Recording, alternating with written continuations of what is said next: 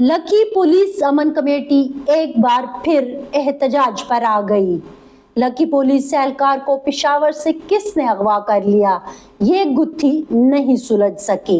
इसके साथ साथ मौलाना फजल रहमान साहब का एक और वीडियो क्लिप जो है वो सामने आया, जिसमें उन्होंने ताज़ा तरीन होने वाली जो तरमीम है उसके ऊपर खुलकर गुफ्तगू की।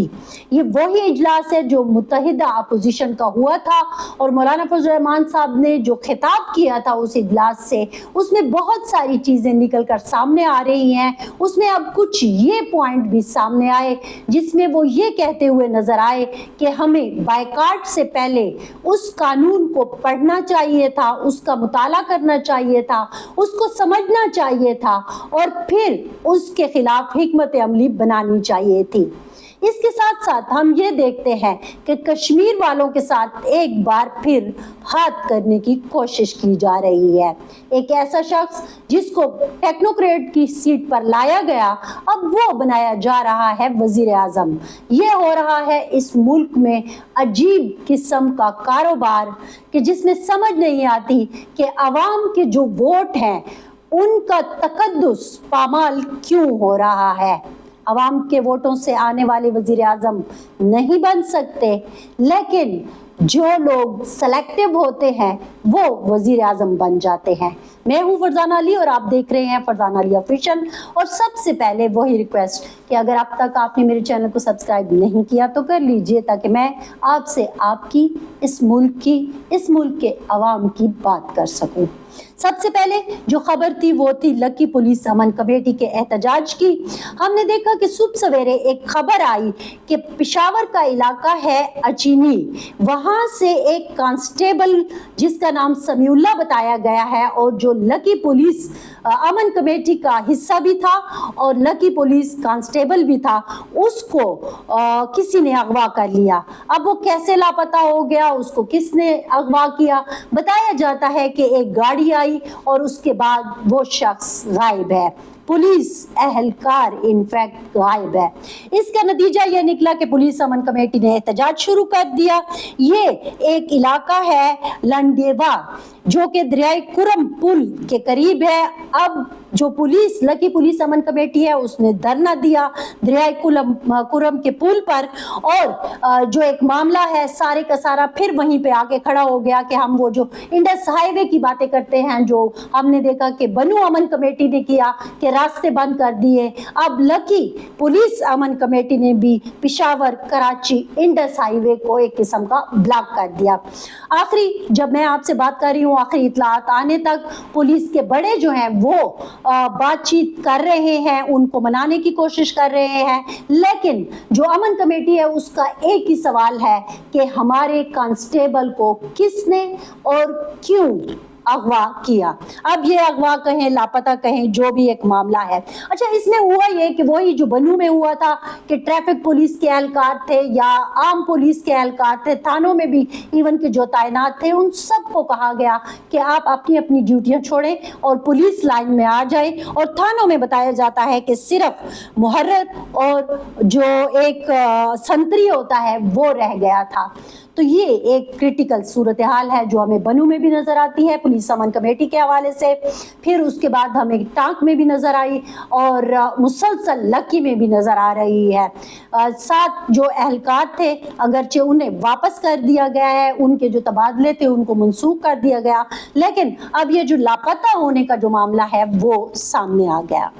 दूसरी अहम खबर जो मैंने आपसे कही कि जेजुआई के सरबराह मौलाना फजल रहमान साहब की एक और वीडियो क्लिप जो है वो सामने आया, जो अभी ताज़ा तरीन तरमीम हुई है। उसमें कौमी असम्बली में जो मंजूर की गई है अफवाज पाकिस्तान के हवाले से, उसके ऊपर उन्होंने कड़ी तनकीद की और कहा कि हमें इस कानून का मुताला करना चाहिए था, जो हमने नहीं किया। अगर हम इस कानून का मुताला कर लेते तो हम पहले लड़ते, अपना पॉइंट ऑफ व्यू बताते, बहस करते। अगर वो ज़बरदस्ती का वोट का मरला आता तो फिर हम निकल कर वॉकआउट करते। उन्होंने मजीद क्या कहा, आइए ज़रा खुद भी सुन लीजिए। जो तरमीम परसों हुई है, हम आपस में बैठे हैं, मैं खुलकर आपसे कहना चाहता हूं, हमने वॉकआउट तो किया, لیکن ہم نے قانون کا مطالعہ نہیں کیا.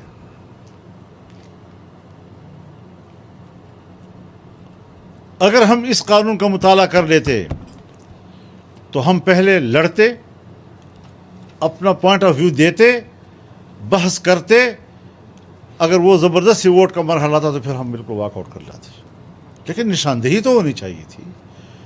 وہ جو کسی زمانے سے بات چلی آ رہی ہے کہ ملک کے سیاسی نظام میں فوج کا کردار ہونا چاہیے اور اس کو قانون کے حوالے سے اس کو آپ کردار دیں, تو یہ تو ترکی بنانا چاہتے تھے ہم, ترک کی حکومت بنانا چاہتے تھے کہ اس میں فوج کا کردار ہونا چاہیے. آج اس قانون کے تحت ان کو یہ کردار دے دیا گیا ہے. اور میں درخواست کروں گا بیضا صاحب سے بھی, علی ظفر صاحب سے بھی, کامران صاحب سے بھی, یہ بیٹھیں آپس میں اور آپ ان چیزوں کو ڈسکس کریں, کہاں کہاں پر کیا کچھ ہوا ہے اس کے اندر.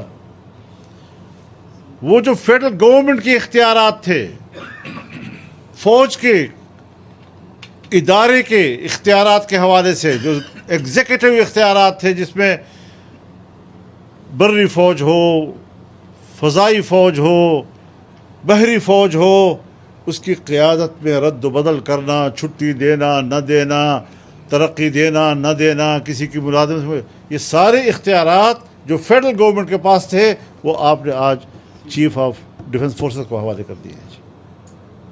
اور ان کو اگر آپ نے ایڈوائزر بھی بنا دیا ہے, ڈیفنس ایڈوائزر, تو اب وہ کیبنٹ میں بیٹھے گا.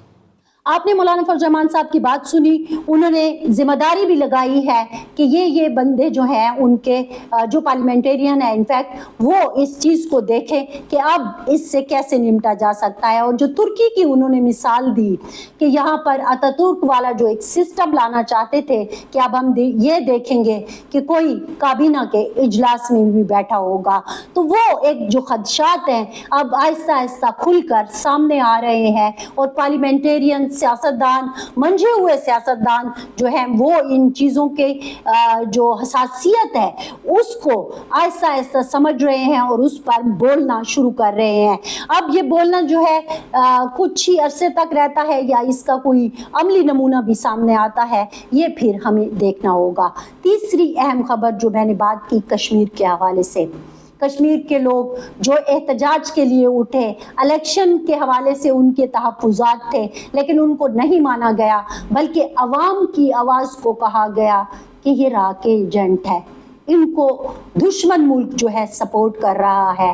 لیکن اب جو نئے فیصلے سامنے آ رہے ہیں کہ وہ لوگ جو الیکشن لڑ کر آئے ہیں وہ وزیر اعظم نہیں بن سکتے, لیکن جو ٹیکنوکریٹ کی سیٹ پر آئے ہیں جن کے بارے میں یہ بتایا جا رہا ہے کہ 2 بار یہ الیکشن ہار بھی چکے ہیں, وہ اب ریزرو سیٹ پر آ کر وزیر اعظم بننے جا رہے ہیں. یعنی کہ پاکستان کے لوگوں پر ایک بار پھر, پاکستان کے لوگوں کے ساتھ ساتھ پاکستان کا جو شاہراہ ہے کشمیر, آزاد کشمیر, اس کے لوگوں پر بھی پھر کوئی مسلط کرنے کی ایک کوشش کی جا رہی ہے, اور اس کا اہم حصہ بن رہی ہے مسلم لیگ نواز. اب یہ عجیب سی بات ہے کہ وہ سیاستدان جنہیں غیر جمہوری ہتھ کنڈوں سے باز آ جانا چاہیے, جو ہم نے 8 فروری کو دیکھا 2024 کو, وہ ایک بار پھر کشمیر میں بھی دہرایا گیا. اور اب جو وزیر اعظم کی تعیناتی ہے یا وزیر اعظم کا انتخاب ہے اس میں بھی اس طرح کا فیصلہ سامنے آنا, لوگ اس کے اوپر بات کر رہے ہیں. لیکن کیا لوگ صرف بات کرتے رہ جائیں گے اور کرنے والے کر جائیں گے؟ جیسے کہ مولانا فضل الرحمان صاحب بھی بات کر رہے ہیں, سیاستدان بات کر رہے ہیں, بند کمروں میں بات کر رہے ہیں, لیکن یہ سیاستدان کھل کر کب بات کریں گے؟ اس چیز کی سمجھ نہیں آ رہی کہ یہ معاملات جو ہیں آخر کس نہج پر جا کے رکیں گے. لیکن ایز اے صحافی ہمارا کام تھا آپ تک انفارمیشن کو پہنچانا, جو ہم نے پہنچایا. ہماری طرف سے اتنا ہی. پردھان علی کو دیجیے اجازت. اللہ حافظ.